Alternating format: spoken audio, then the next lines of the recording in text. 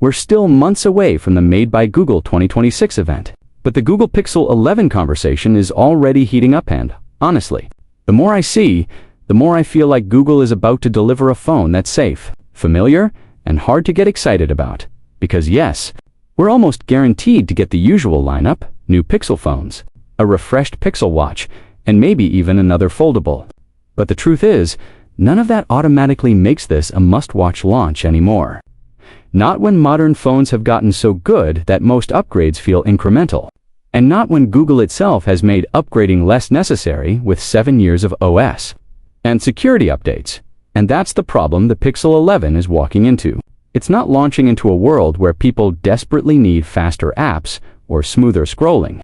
Performance has largely plateaued. Cameras are excellent across the board. Displays are bright and sharp. Battery life improvements tend to be small year over year. So if Google wants the Pixel 11 to feel exciting, it has to deliver changes you can actually feel every day, not just improvements that look good on a spec sheet. Let's start with the thing most people notice first: design. Leaked renders of the Pixel 11 Pro XLR pointing to more of the same. The same familiar silhouette, the same general camera bar vibe, and the same overall Pixel look we've been living with for a while now. And look, I don't hate the Pixel design language. The camera island introduced around the Pixel 9 era became iconic fast. It helps pixels stand out in a sea of slabs. But there's a difference between iconic and stagnant. And right now, the Pixel 11 leaks feel like Google is choosing the easiest path. Don't rock the boat. What makes this even more frustrating is that Google already showed us a better idea in its own lineup. The Pixel 10a's flatter, more practical camera bar design is the kind of user-friendly decision that improves real-life usage: less table wobble, less annoying rocking when you tap the screen on a desk, a cleaner feel when you're sliding your phone in and out of pockets. It's simple, but it matters. Now, I get it, flagship camera hardware is bigger. Large sensors and telephoto lenses need space. Google can't magically make physics disappear. But I was still hoping the Pixel 11 would borrow some of that Pixel 10a practicality and evolve into a cleaner, smarter design.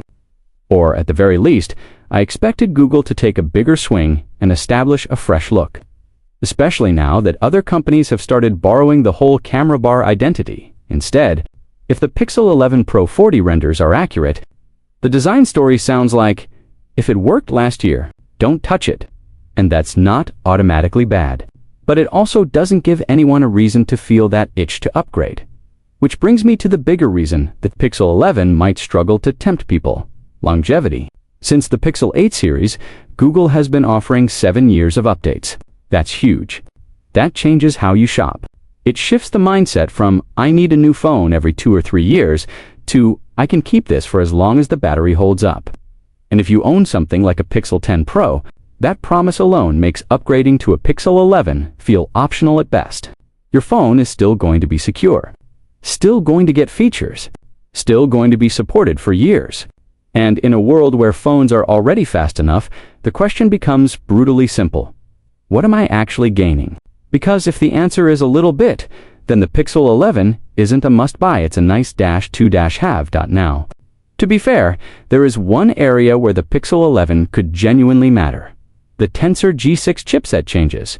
This is the part that could either save the Pixel 11 launch or make it even more complicated depending on how it goes. The rumor mill says Google is planning 2 major moves here: adding a Titan M3 security coprocessor and switching to a MediaTek M90 modem, replacing the Samsung Exynos 5400 modem used in the Pixel 10 generation. And if you've paid attention to Pixel history, you already know why the modem rumor is the one that really matters. Modems are the hidden backbone of the smartphone experience. They affect signal stability, 5G performance, battery drain, and heat, especially on mobile data.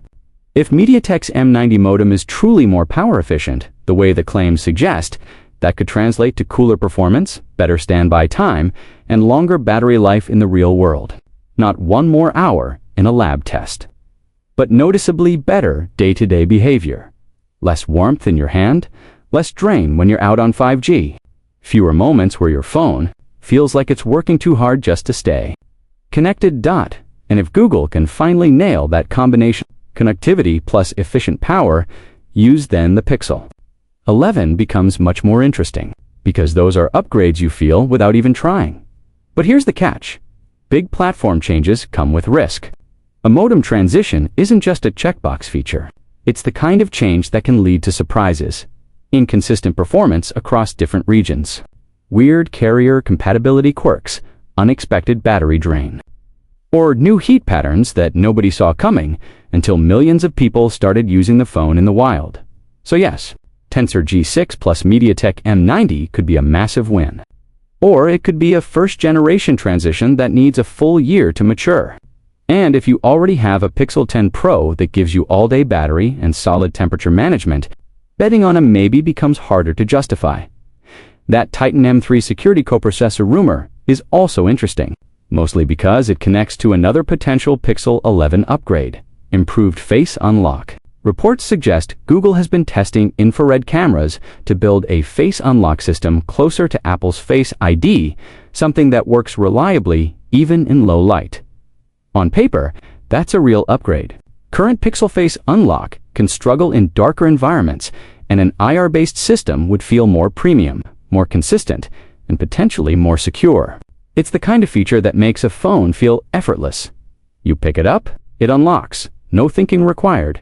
But I also can't ignore how many people already have a perfectly good unlocking experience. In normal lighting, Pixel Face Unlock is fine for a lot of users, and the fingerprint sensor is already quick and reliable. So even if the Pixel 11 delivers better Face Unlock in the dark, that might end up being a quality of life improvement rather than a reason to spend flagship money. And that's what keeps happening. With the Pixel 11 rumors so far, the upgrades sound useful, but not urgent. Better modem efficiency. Great. Stronger security. Excellent. Improved Face Unlock. Nice. But none of that is automatically the kind of "I can't live without this" moment that makes people rush to pre-order, especially when the Pixel 10 Pro is already positioned as a phone that can comfortably last into the 2030s. With 7 years of updates. It's not just a good phone for now, it's a long-term device, and in 2026, that changes the entire upgrade conversation. It makes waiting the smarter default. So if you're sitting there wondering whether the Pixel 11 will finally be the one that makes you upgrade, here's what Google really needs to deliver. A clear, dramatic improvement that you can feel every day. Not slightly better, but obviously better. Real battery life gains that make you stop carrying a charger. Noticeably cooler performance on 5G. A camera jump that doesn't require side-by-side comparisons to appreciate. A design evolution that feels practical and fresh, not just familiar. And AI features that are genuinely useful in daily life. Not just flashy demos you try once and forget. Because if the Pixel 11 is mostly the same phone with a handful of internal upgrades, then for anyone already on a Pixel 9 Pro or a Pixel 10 Pro, it becomes very easy to say, "I'm good." And maybe that's the strange new reality of smartphones. The best phones don't need replacing every year anymore. The real upgrades happen when something breaks, when the battery health drops, when the screen gets damaged, or when a genuinely new feature changes the experience. So, unless Google is hiding a surprise that hasn't leaked yet, the early Pixel 11 story feels like this. A refined Pixel, not a revolutionary one. A phone you'll probably respect, maybe even recommend especially to people on older models, but not the kind of device that forces an upgrade if you already own a recent flagship. And, as made by Google, 2026 gets closer. That's the one question I'll be watching. Is the Google Pixel 11 going to give us something we can actually feel? Or is it just going to give us another year of more of the same?